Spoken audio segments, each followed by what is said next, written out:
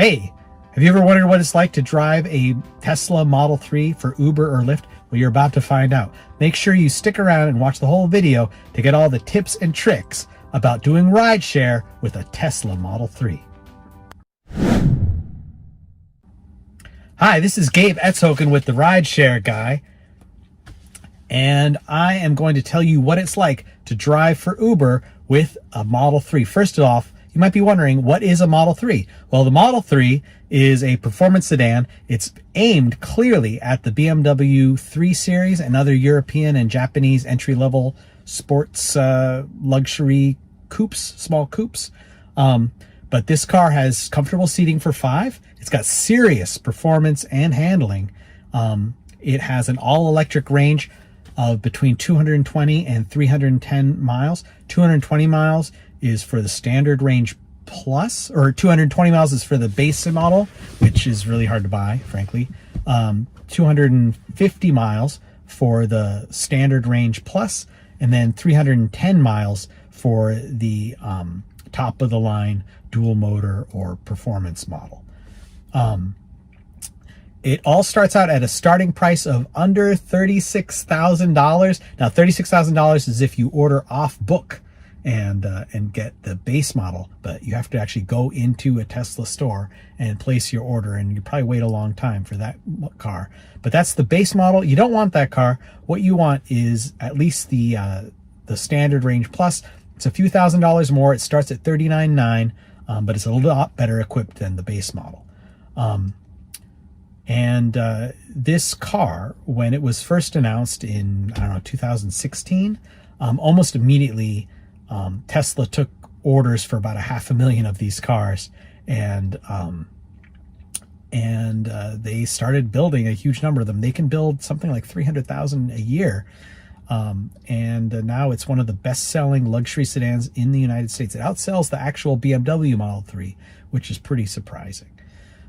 So once you have your Model 3, how are you going to sign it up with Uber? Well, like every other car, you can either go to an Uber Greenlight hub, which I recommend, but if there isn't one in your area or within a reasonable driving distance, you can also do it online using one of the vehicle inspection services. Check out the links that we might post on the article on rideshareguy.com to find a vehicle inspection service in your area, or you can take it to the Greenlight hub. When I took this car to the Greenlight hub, by the way, this is my mom's white on white dual motor, not performance, but dual motor long range. And when I took it there, the car was so new and had so few miles on it that they didn't need to inspect it. So that might happen. Anyway, once I had the car inspected, it was a simple matter of just going into the hub, standing in front of one of those weird kiosks and talking to a guy in Phoenix, and he got the car added. And then once you got the car added, then you just go to your app and you tap on the car you want to drive that day. Make sure you're driving in the car that's going to be showing on your driver profile, and you start driving. So what's it like driving a Model 3? Well, it's disorienting. You get in the car and you have to figure out how to set all the controls. The seat controls are pretty easy because they're just right down here by your left hand. But the other settings, you have to go through the car menu here. There is no instrument panel. There aren't even really any buttons or switches anywhere in the car. Just a couple on the steering wheel here. And there's a turn signal stock and a windshield wiper. But other than that, there's no controls. You have to do everything through this big, giant 15-inch touchscreen here. And, you know, you're going to spend 20 or 30 minutes. You can also get on tech support with Tesla. They're very easy to talk to. And once you get yourself all dialed in, you'll find that instead of using a key, like with most cars, you get a little plastic credit card, and you can use that to give to valets, but you basically just use your phone. You set up your profile on your phone, and as soon as the car detects your phone near it, it unlocks, and you just get in, and you drive off. And then when you get out of the car and it detects that you're not near the car anymore, it turns the car off and locks it up. And then you can also access all the features remotely with your phone. So once you're all set up and driving, you will find that this car has an incredibly quiet and smooth and comfortable ride. All I can say about this car is that it just feels very sophisticated. It really feels like a $40,000 car, where some $40,000 cars just don't feel that fancy. But this car, you've heard a lot of stuff online about build quality. I think the build quality is it's not equal to European luxury cars, but it's pretty good. Everything has a nice touch to it, and it's well built. Everything works. Haven't really had any real problems. There's been a few little quality issues, like little plastic panels coming apart, but it's all under warranty, and Tesla's generally pretty good about fixing stuff. Driving the car is amazing. Like, you drive this car and you know that you're surrounded by a very tech heavy car.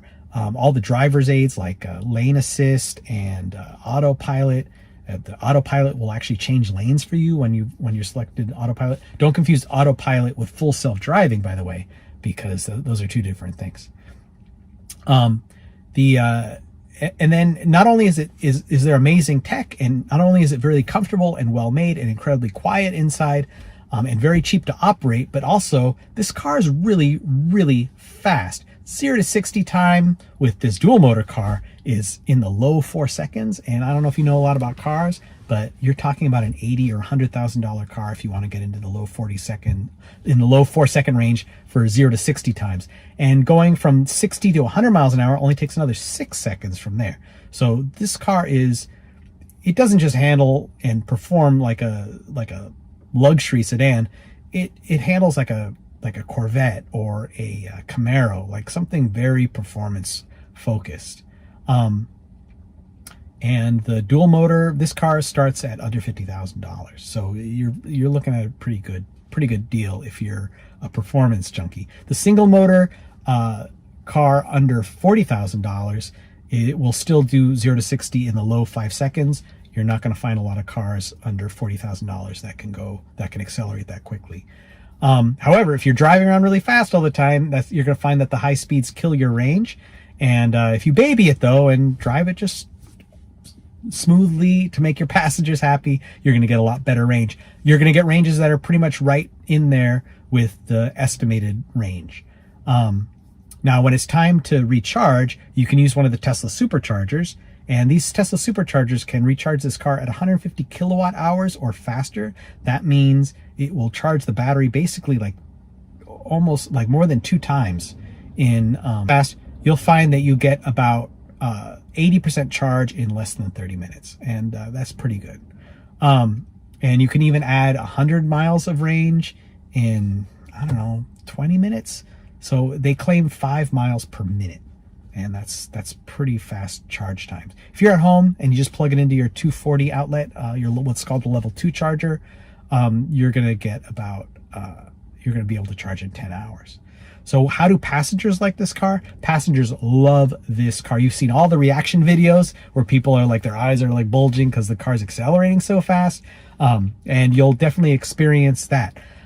Things that are kind of problematic with passengers is, even though you can see the interior, there's plenty of room, even for big 6-foot people back there, 3 of them. And there's lots of headroom. People are always surprised by how spacious the car is, but you are going to find that you're going to explain every time how to get in and out of the car to the passengers. And that gets boring. To unlock the passenger door so the passengers can actually get in, you have to stop the car and put it into park. So that's kind of a pain. And one thing I like though is there's a seatbelt indicator, and it tells you if the rear seat passenger, the person sitting behind you, is wearing their seatbelt. And for safety reasons, I think that's a great feature. So you don't have to ask you don't have to turn around and make the passenger uncomfortable staring at them to see if their seatbelt is on or not. Driving around, the experience of driving for rideshare in this car is like you're the king of the road. Nobody is going to be faster than you. You never have a problem like getting into a gap in traffic. Don't let it get away from you though, because people will complain if you're accelerating too fast and swerving and driving like a maniac, right? You're going to get those passive aggressive emails from Uber and Lyft about how your passengers think you're unsafe. So Is it a good idea though to buy a Tesla to do rideshare? Well, if you just want the cheapest per mile option, it's definitely not buying a brand new Tesla Model 3, even the standard range version.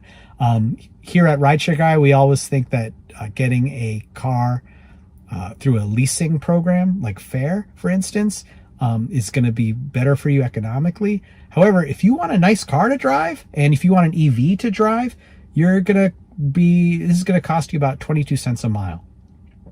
And that's compared to, I don't know, 14, 15, 16, 17 cents a mile for like a Prius. 14 cents a mile is what I pay for driving my Chevy Bolt. Insurance, by the way, is about the same as what I pay for my Bolt. So it's no more or less than a car in this price and any other car in this price range. So, that's going to cost you an extra $200 a month from a cheaper, over buying a cheaper car. But is it worth it? Extra $200 a month to have a really nice car? Or maybe you want a nice car and you want a really nice car. You're more of a hobbyist driver and you just drive part-time, but you want to do it in a nice car and you want to have a nice car for the rest of the time for your family or whatever reason people like to have nice cars. You can pay for the car driving 2 or 3 nights a month.